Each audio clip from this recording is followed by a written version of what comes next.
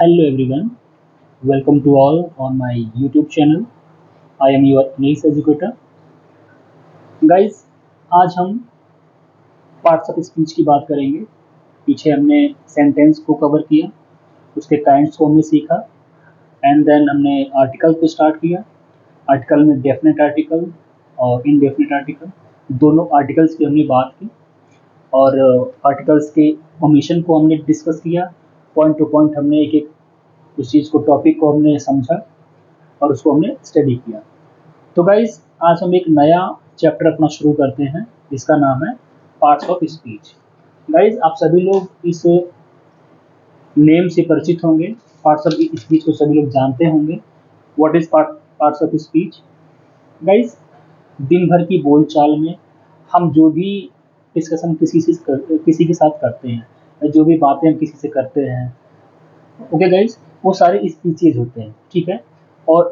और उन स्पीचेज को इन अ ग्रामर सेक्शन अलग अलग भागों में बांटा गया है। ओके गाइज, उन स्पीचेज को जो हम एक दूसरे से डे टू डे डिलीवर करते हैं या सुनते हैं, समझते हैं, समझाते हैं, तो वो सारे स्पीचेज होते हैं, वो सभी वक्तव्य होते हैं। ओके गाइज, तो इन सभी वक्तव्य को, स्पीचेज को हमने अलग अलग कैटेगरी, अलग अलग भागों में हमने बांटा हुआ है। तो उसी के पार्ट को आज हम सीखेंगे, उसके बारे में जानेंगे कि ये पार्ट्स ऑफ स्पीच है क्या। ठीक है गाइज, तो गाइज बिना किसी देर के हम आज का ये सेशन शुरू करते हैं। तो गाइज, बहुत ही ध्यान से आप इस चीज़ को समझेंगे। आप सबने पिछली कक्षाओं में पार्ट्स ऑफ स्पीच को सीखा भी होगा, पढ़ा भी होगा, बट हम आज एक अलग तरीके से इसकी स्टडी करेंगे। गाइज, यहाँ लिखा हुआ है पार्ट्स ऑफ स्पीच, हमारा जो आज का टॉपिक है। ओके, अंग्रेजी में जितने भी शब्द होते हैं, ठीक है गाइज, हमारे इंग्लिश लैंग्वेज में जितने भी शब्द होते हैं, उन्हें वाक्यों में कार्य एवं प्रयोग के विचार से 8 भागों में बांटा गया है। ठीक है गाइज, हमारे इंग्लिश लैंग्वेज में जितने भी शब्द होते हैं, उन शब्दों को कार्य और विचारों से 8 भागों में उनको बांटा गया है। इनमें से प्रत्येक भाग को पार्ट्स ऑफ स्पीच कहा गया है, जैसा कि मैंने अभी आपको पहले ही मैंने समझा दिया है। Okay, all the English words are divided into 8 groups according to the work they do in a sentence. Each group is called parts of speech. समझिए गाइस, अब इन पार्ट्स ऑफ स्पीच के कितने पार्ट हैं, कौन कौन से इनके 8 भाग हैं, इनको आज हम समझेंगे, इनको हम डिस्कस करेंगे। तो गाइस, पहला है हमारा नाउन। नाउन माने संज्ञा, दूसरा है प्रोनाउन, सर्वनाम, तीसरा है एडजेक्टिव, चौथा है वर्ब, क्रिया, पांचवा है एडवर्ब, क्रिया विशेषण, सिक्स्थ है संबोधन, प्रीपोजिशन, सेवेंथ है कंजंक्शन, समुच्चय बोधक अव्यय, आठवां है इंटरजेक्शन, विस्मयादि बोधक अव्यय। तो गाइस, ये जो हमारे 8 काइंड्स हैं, हमारी पूरी स्पीचेस, हमारे पूरे जो वक्तव्य हैं, जो हम यूज़ करते हैं डेली रूटीन में, पढ़ते हैं, पढ़ाते हैं, सुनते हैं, सुनाते हैं, तो इन सभी को हमने इन 8 काइंड्स में, इन 8 पार्ट्स में, 8 पार्ट्स में हमने इनको बांटा हुआ है। ओके गाइस, तो इनको हम इनके बारे में जानेंगे। यहाँ लिखा हुआ है, ऑलरेडी आप लोगों को मालूम होगा कि पिछली कक्षाओं में, प्रीवियस क्लासेस में पार्ट ऑफ स्पीच का कुछ अध्ययन जरूर आप लोगों ने किया होगा। अगर आप यहाँ इनका अलग अलग विस्तारण पूर्वक अध्ययन करेंगे तो, लेकिन आपको यह एक बात शुरू से ही ध्यान में रखना अत्यंत आवश्यक है कि शब्दों का वर्गीकरण, ठीक है गाइस, शब्दों का वर्गीकरण वाक्यों में उनके कार्य एवं प्रयोग की दृष्टि से किया गया है। कहने का मतलब है, तो शब्दों को हमने जो डिवाइड किया है, वर्गीकरण का मतलब होता है उनको डिवाइड किया है। शब्दों को जो हमने डिवाइड किया है, वाक्यों में उनके अर्थ एवं प्रयोग की दृष्टि से किया जाता है। अब आगे कह रहा है कि अंग्रेजी भाषा में अनेक ऐसे शब्द हैं जिनका प्रयोग वाक्यों में देखे बिना यह नहीं कहा जा सकता कि इस पार्ट्स ऑफ स्पीच के अंतर्गत आते हैं। ठीक है गाइस, इंग्लिश लैंग्वेज में कुछ ऐसे क्रिटिकल कंडीशंस आ जाती हैं या कुछ ऐसे क्रिटिकल वर्ड्स आ जाते हैं जिनको आइडेंटिफाई कर पाना बहुत मुश्किल होता है कि ये कौन सा पार्ट्स ऑफ स्पीच है या इनको किन पार्ट्स ऑफ स्पीच में रखा गया है। ठीक है गाइस, जैसे हम कहें लव, फास्ट और इन को ले लेते हैं, वाक्यों में इनका प्रयोग देखें बिना या आप कहें ये नहीं कह सकते कि इसको किस ग्रुप में रखा गया है। ठीक है गाइस, जैसे यहाँ पे लिखा हुआ है I love my country. Love क्या है? वर्ब है। ओके, लव माने प्रेम करना, मैं अपने देश से प्रेम करता हूँ। तो गाइज, जिस वर्ड से हमें किसी एक्शन का बोध होता है, जिस वर्ड से हमें किसी कृत्य, किसी कार्य का बोध होता है, उसको हम वर्ब कहते हैं, उसको हम क्रिया कहते हैं। अब यहाँ मेरी क्रिया क्या है? प्रेम करना। किससे प्रेम करना? मेरे देश से, अपने देश से। ठीक है गाइज, अब लव यहाँ पे एक वर्ब का काम कर रहा है। आगे देखते हैं, शी इज माई लव। अब ध्यान से देखें, यही लव अभी कंट्री के लिए वर्ब क्रिया थी। अब यहाँ पे है सी इज माई लव। अब ये लव जो है ये एक नाउन का काम कर रहा है।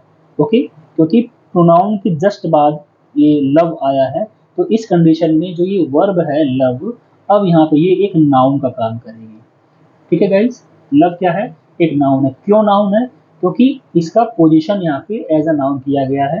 ठीक है, सी इज माई लव, कि वो मेरा प्रेम है। ठीक है, नेक्स्ट है this is a fast train. This is a fast train. Train कैसी है? फास्ट है। तो फ्रेंड्स, ट्रेन क्या है? ट्रेन एक नाउन है, और नाउन के पहले जो वर्ड है फास्ट, ये एक एडजेक्टिव है। ठीक है गाइस, फास्ट क्या है? एडजेक्टिव है। क्यों? क्योंकि नाउन के पहले ये प्रयुक्त किया गया है। तो हम सभी जानते हैं कि नाउन के पहले आने वाला शब्द वो एडजेक्टिव होता है, और वो नाउन को, संज्ञा को क्वालिफाई, मॉडिफाई करता है। ठीक है, और एडजेक्टिव के पहले आने वाला शब्द होता है आर्टिकल्स। उसके भी सॉरी होता है एडवर्ब, उसके भी पहले आता है हमारा आर्टिकल्स। अभी अभी हमने पीछे आर्टिकल का चैप्टर हमने अभी कंप्लीट किया है, वहाँ पे हमने सीखा था। ठीक है गाइस, कि किन कंडीशनों में हमें आर्टिकल लगाना है, किन कंडीशनों में हमें एडवर्ब लगाना है। तो गाइस, यहाँ पे हम बात पार्ट्स ऑफ स्पीच की हम कर रहे थे। तो यहाँ पे लिखा हुआ है this is a fast train. तो ट्रेन एक नाउन है, और नाउन के पहले जो फास्ट लगा हुआ है ये एडजेक्टिव है। आगे देखते हैं, द बॉय रन्स फास्ट। अब देखें यहाँ पे थोड़ा सा डिफरेंट है, द बॉय रन्स फास्ट। अब यहाँ पे जो फास्ट है ये एडवर्ब का काम कर रहा है। क्यों कर रहा है? क्योंकि ये जस्ट वर्ब के बाद आई है। ठीक है, रन्स क्या है? एक क्रिया है, दौड़ना वर्ब है, और उसके जस्ट बाद जो है ये फास्ट, ये एक एडवर्ब का काम करता है। ठीक है, कि लड़का कैसा दौड़ता है? तेज दौड़ता है। ठीक है, एडवर्ब ऑफ मैनर, ये उसका ढंग है, ये उसका मैनर है कि वो तेज दौड़ता है। ओके गाइस, तो इन सारे पॉइंट्स को हम आगे भी क्लियर करेंगे। वर्ब क्या है, नाउन क्या है, एडवर्ब क्या है, एडजेक्टिव क्या है। फ्रेंड्स, हमारे स्टडी पॉइंट ऑफ व्यू से एंड हमारे प्रिपरेशन पॉइंट ऑफ व्यू से ये सारे मैटर, ये सारे पॉइंट हमारे लिए बहुत ही ज़रूरी है। बिना इनके हम इंग्लिश ग्रामर सीख ही नहीं सकते, बिना इसके हम इंग्लिश ग्रामर की कल्पना ही नहीं कर सकते गाइस। ओके गाइस, तो इन सारे पॉइंट्स को, इन सारे मैटर्स को हमें बहुत ध्यान से समझना है। ओके, आगे है he is playing in the field. He is playing in the field. अब देखें, इन क्या है? इन एक प्रीपोजिशन है। प्रीपोजिशन क्या होता है? देखिए, प्री माने पहले, पोजिशन माने स्थान। किसके पहले? नाउन के पहले। ठीक है, प्रीपोजिशन को अगर हम इसको कैटेगराइज करें, प्री, इसको अगर हम तोड़ें बीच में से, तो प्री को अलग करें। प्री माने पहले, पोजिशन माने स्थान, मतलब कि पहले स्थान। किसके स्थान? किसके पहले? नाउन के पहले।